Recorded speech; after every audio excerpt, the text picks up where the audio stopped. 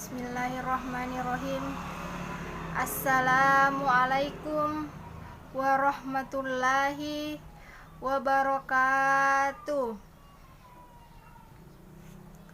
Alhamdulillahirabbil alamin.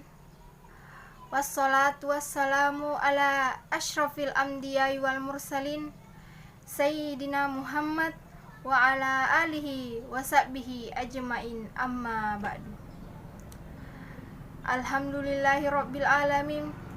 Nahmaduhu wa nasta'inuhu wa nastaghfir wa na'udzu billahi min syururi anfusina wa min sayyiati a'malina.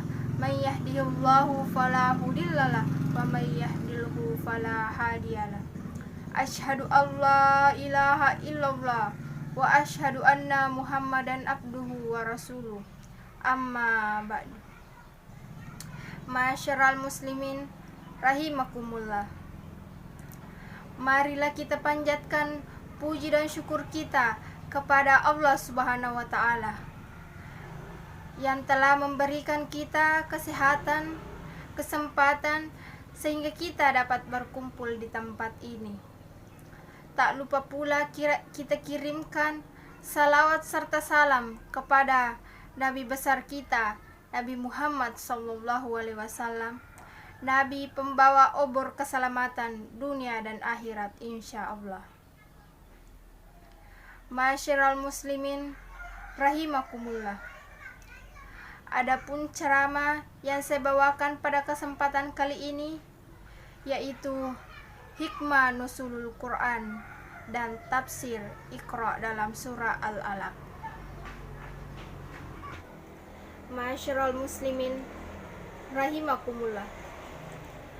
Dalam peristiwa nuzulul Quran, Nabi Muhammad SAW yang tengah menyepi di Gua Hira mendapatkan wahyu pertama, yaitu Al-Quran pada surah Al-Alaq ayat 1-5.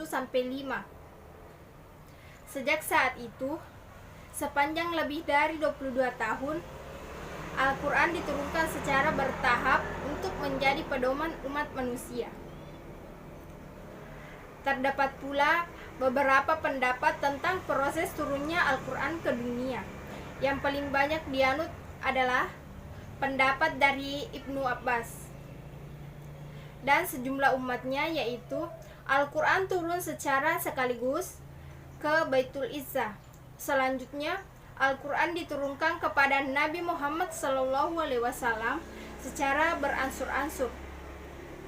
Diriwayatkan oleh Ibnu Abbas, Al-Quran diturunkan sekaligus ke langit dunia pada malam Lailatul Qadar.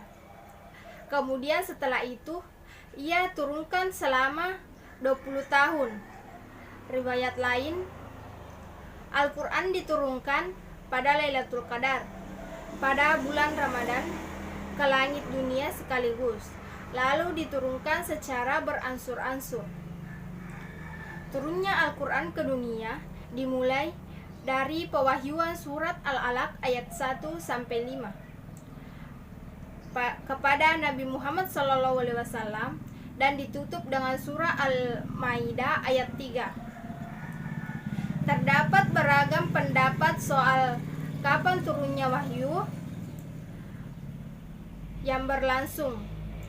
Pendapat bahwa surah Al-Alaq ayat 1-5 turun pada 17 Ramadan merujuk pada tafsir surah Al-Anfal ayat 41 yang berbunyi, "Jika kamu beriman kepada Allah Subhanahu wa taala dan kepada apa yang kami turunkan kepada hamba kami pada hari Lailatul Qadar." Masyarul muslimin rahimakumullah. Al-Quran diturunkan secara bertahap sebagai jawaban demi jawaban atas masalah yang dihadapi Nabi Muhammad SAW dan umat Islam secara hampir selama 23 tahun. Allah Subhanahu wa taala berfirman dalam surah Al-Furqan ayat 32. Dalam wahyu yang pertama kali diturunkan kepada Nabi Muhammad SAW pada ayat pertama surah Al-Alaq yang berbunyi Bismillahirrahmanirrahim. Iqra bismi rabbikal ladzi khalaq, yang artinya bacalah dengan nama Tuhanmu yang menciptakan. Dalam tafsir Al-Misbah jilid 15 oleh Quraisy Shihab, Nabi Muhammad SAW diperintahkan untuk membaca guna lebih menantapkan lagi hatinya beliau. Ayat pertama tersebut bagaikan menyatakan agar Muhammad membaca wahyu-wahyu ilahi yang sebentar lagi akan diterima secara berangsur-angsur. Ia juga mestinya membaca alam dan masyarakat di sekelilingnya. Rasulullah SAW diperintahkan untuk membaca segalanya dengan syarat hal tersebut dilakukan dengan nama Tuhan yang menciptakan semua makhluk. Membaca dalam hal ini diartikan tidak hanya sebagai membaca, tetapi juga menelah, menyampaikan segala hal yang dapat terjangkau. Ma'asyiral muslimin rahimakumullah. Ditambah dengan kalimat Iqra bismi rabbikal ladzi. Al-Quran tidak sekadar memerintahkan untuk membaca, tapi membaca adalah lamban dari segala apa yang dilakukan oleh manusia, baik yang bersifat fasih maupun aktif. Kalimat tersebut bagi menyiratkan agar segala aktivitas manusia bergerak dengan cara melingkari Tuhannya. Segala tindakan, mulai dari membaca, bergerak, atau apapun, mestinya didasarkan kepada Allah Subhanahu wa Ta'ala. Ayat pertama ini dapat dimaknai, jadikanlah seluruh kehidupanmu, wujudmu, dan cara dan tujuan semuanya karena Allah Subhanahu wa Ta'ala. Jadi, sebagai kesimpulan, sepanjang lebih dari 22 tahun Al-Quran turun secara beransur-ansur untuk menjadi pedoman umat Islam. Begitupun dengan surah Al-Alaq. Al-Quran tidak sekadar memerintahkan untuk membacanya, tapi membaca adalah lamban dari segala apa yang dilakukan oleh manusia, baik yang bersifat aktif maupun bersifat fasih. Ma'asyiral muslimin rahimakumullah. Sebagai hikmahnya, pertama-tama salasidina hikmah ipanona Al-Quran oleh Allah Subhanahu wa Ta'ala.